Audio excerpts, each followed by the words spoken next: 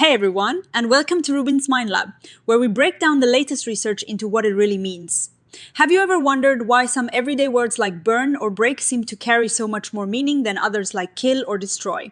Today we're diving into some fascinating linguistic research that reveals a hidden world of meaning within our language. And it all comes down to something they call thick and thin causatives. Think of it like this: the words we use to describe causing something aren't all created equal. Some are super specific about how something happened, while others are more general. For a long time, scientists thought that all the words we use to say that one thing made another thing happen were pretty much the same. They thought words like kill or destroy just told us that something happened as a result, but not exactly how it happened. Like if I say I killed the plant, it means the plant is dead, but I didn't tell you if I watered it too much or not enough.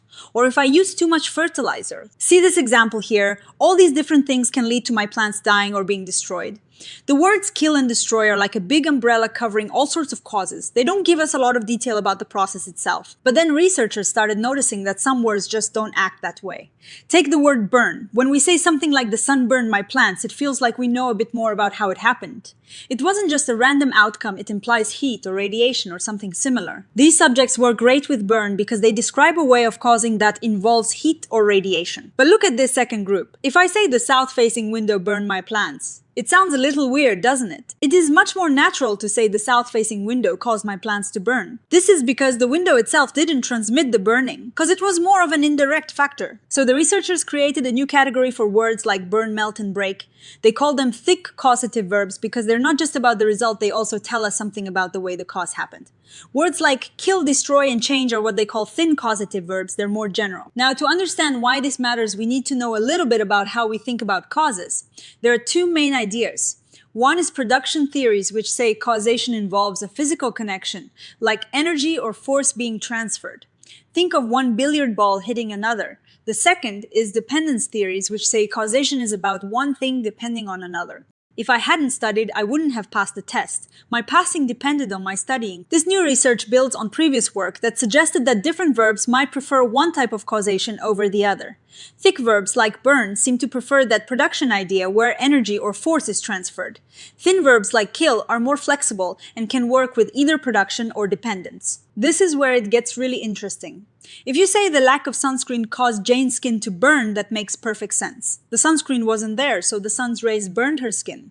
But if you say the lack of sunscreen burned Jane's skin, it sounds just plain wrong. Why? Because a lack of something can't physically transmit heat or radiation. It can cause a dependence, like if I don't have sunscreen, the sun will burn me, but it can't be the direct physical cause. But look at words like change or activate. The lack of vitamins changed my skin. The lack of XBP1 activated a protein. These sentences sound perfectly fine. This shows that thin verbs are much more comfortable with causes that are more abstract, like absences or facts. This pattern holds true for other abstract causes too, things like facts or events that aren't physical actions. The fact that Andy left the phone on the table caused it to be damaged. That works. But the fact that Andy left the phone on the table burned it. That sounds odd. Again, burn needs a physical cause that transmits energy. Even something like the intensity of the sun's rays works better with cause to burn than with just burn directly. Intensity is an abstract measure, not a physical force itself.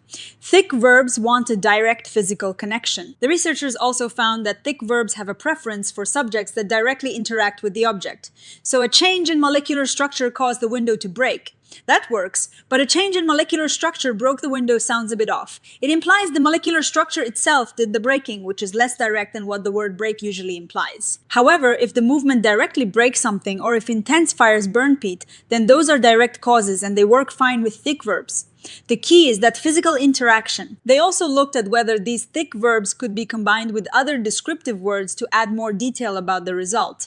Think of phrases like hammer something flat or break something open. Thick verbs like break and burn are good at this. They can take these extra descriptions easily. Thin verbs like destroy or damage can't do this as well. This suggests that thick verbs are somehow more active in describing the process. Interestingly, not all thick verbs are the same.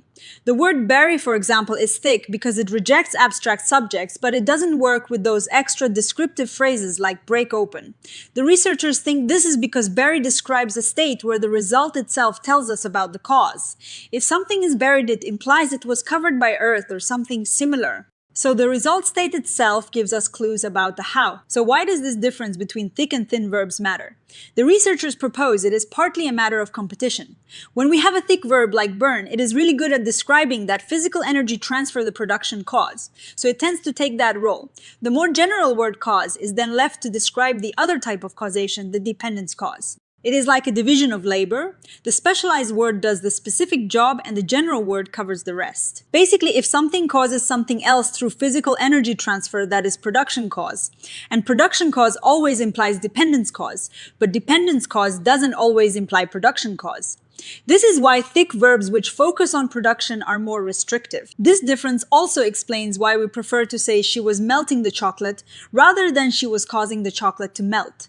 Melting is a thick verb, it implies a specific process. Causing is a thin verb, it is more general. So in everyday speech, we use the more specific word when it fits. Think about this example.